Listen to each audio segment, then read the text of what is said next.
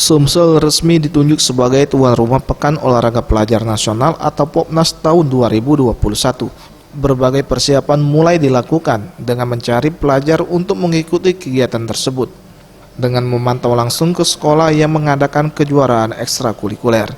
Marco Ginta, Sekretaris Dinas Pendidikan Sumsel, mengatakan, dengan seringnya sekolah yang mengadakan kompetisi olahraga dan kecerdasan, membuat pihaknya dapat memantau potensi pelajar yang akan diikut sertakan dalam Popnas 2021.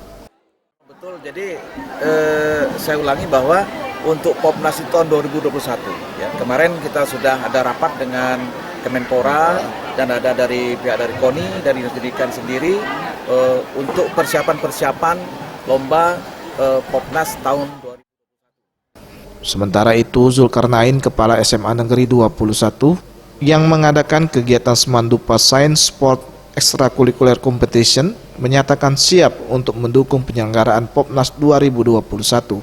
Melalui kegiatan ini akan hadir pelajar yang dicari untuk dilakukan pembinaan lebih lanjut.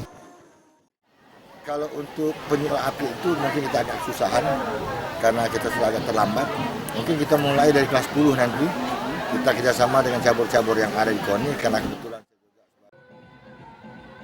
Tim Liputan Sriwijaya TV.